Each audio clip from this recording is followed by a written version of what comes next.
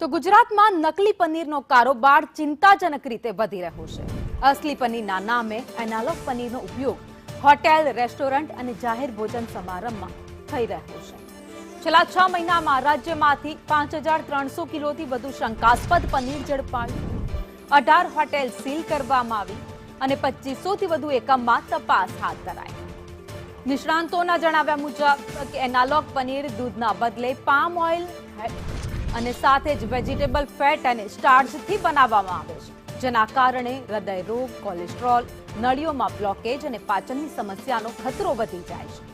350 થી 450 રૂપિયા પ્રતિ કિલો મળે છે, ત્યાં એનાલોગ પનીર માત્ર 150 થી 200 રૂપિયામાં ઉપલબ્ધ હોવાથી ખર્ચ બચાવવા તેનો વ્યાપક પ્રમાણમાં ઉપયોગ અત્યારે અમદાવાદ સહિત ગુજરાતભરમાં રેસ્ટોરન્ટમાં થઈ રહ્યો છે।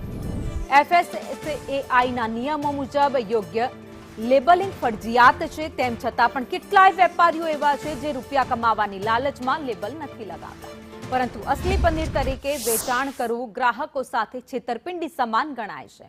ત્યારે સસ્તું પનીર સ્વાસ્થ્ય માટે ઘણું મોંઘું પડી શકે છે। અસલીના નામે એનાલોગ પનીરનું વેચાણ અત્યારે ધૂમ થઈ રહ્યું છે। 6 મહિનામાં 5300 કિલો પનીરનું વેચાણ થયું છે, ઝડપાયું છે।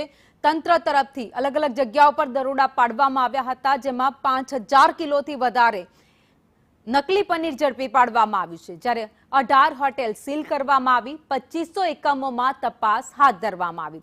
જોકે હજુ પણ આરોગ્ય વિભાગ તરફથી તપાસ ચાલી રહી છે।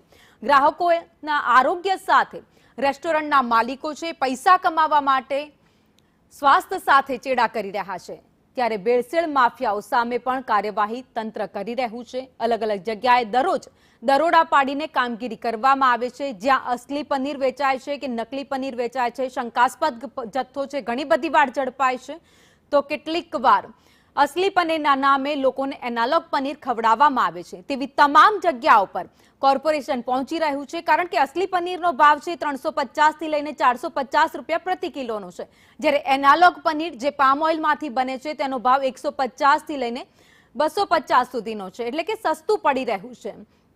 ત્યારે અસલી પનીર જે વધુ પોષણયુક્ત હોય છે, તેની સામે એનાલોગ પનીર જે અનેક બીમારીઓ જેને આમંત્રણ આપી શકે છે, અને અસલી પનીર છે જે દૂધમાંથી બનતું હોય છે, પરંતુ નકલી પનીર છે પામ ઓઇલમાંથી બને છે, જેના કારણે અનેક બીમારીઓ લોકોને થઈ શકે છે। તેવામાં તંત્ર હવે કામગીરી કરી રહ્યું છે। જે લોકો નકલી પનીર ખવડાવી રહ્યા છે, એનાલોગ પનીર ખવડાવી રહ્યા છે, અસલી પનીરના નામે લોકોના સ્વાસ્થ્ય સાથે ચેડા કરી રહ્યા છે, એવા તમામ એકમો પર કાર્યવાહી થઈ રહી છે। સ્ટાર્ચ અને SMPમાંથી આ એનાલોગ પનીર બનાવવામાં આવે છે અને લાંબા સમય સુધી ફ્રેશ દેખાય છે।